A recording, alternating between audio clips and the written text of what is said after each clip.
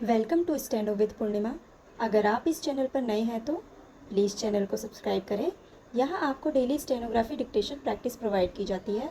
चलिए शुरू करते हैं। डिक्टेशन 80 वर्ड पर मिनट की स्पीड से बोली जाएगी। डिक्टेशन 5 सेकंड बाद स्टार्ट होगी।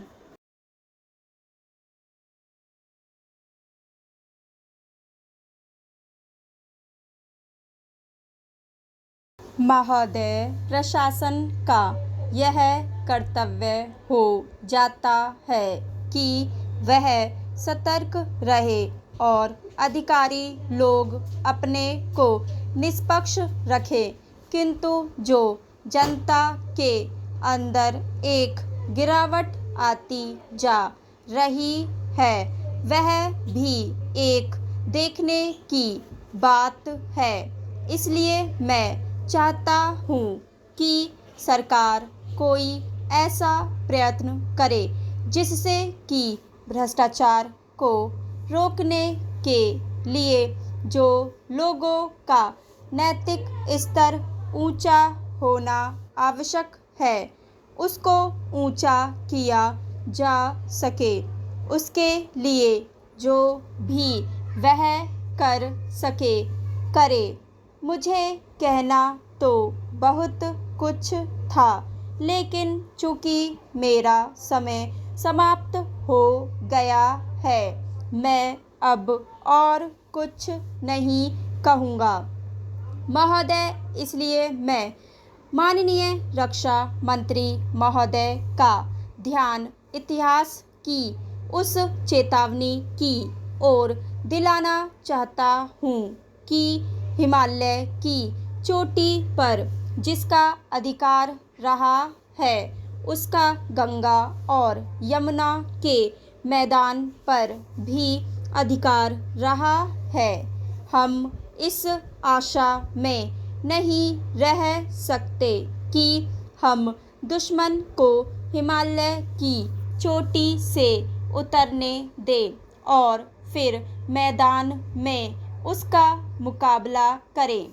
मुझे याद है कि कुछ वर्ष पहले प्रधानमंत्री जी ने बड़ी दृढ़ता के साथ यह कहा था कि हम हिमालय को दहेज के रूप में नहीं देना चाहते और यह नहीं कहना चाहते कि साहेब आप टहलते हुए यहाँ आ जाइए।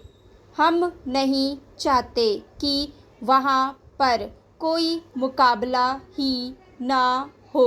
मैं समझता हूँ कि अगर किसी भी सैनिक अधिकारी के दिमाग में अभी तक यह भावना है कि हम हिमालय की ऊंची चोटियों को छोड़कर नीचे मैदान में आकर युद्ध लड़ेंगे, तो उनको भ्रम में नहीं रहना चाहिए।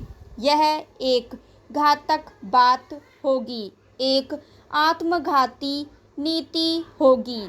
अगर एक बार चीन का हिमालय की चोटियों पर कब्जा हो गया तो चाहे वह बाद में नीचे हम पर हमला ना भी करें, किंतु वहाँ से हम उसको कभी नहीं हटा सकेंगे।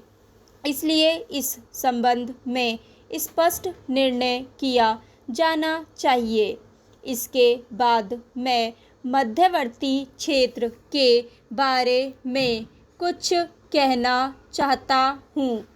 पिछली बार जब चीन ने बड़े पैमाने पर आक्रमण किया था तो लद्दाख में और पूर्व में नेफा के इलाके में किया था।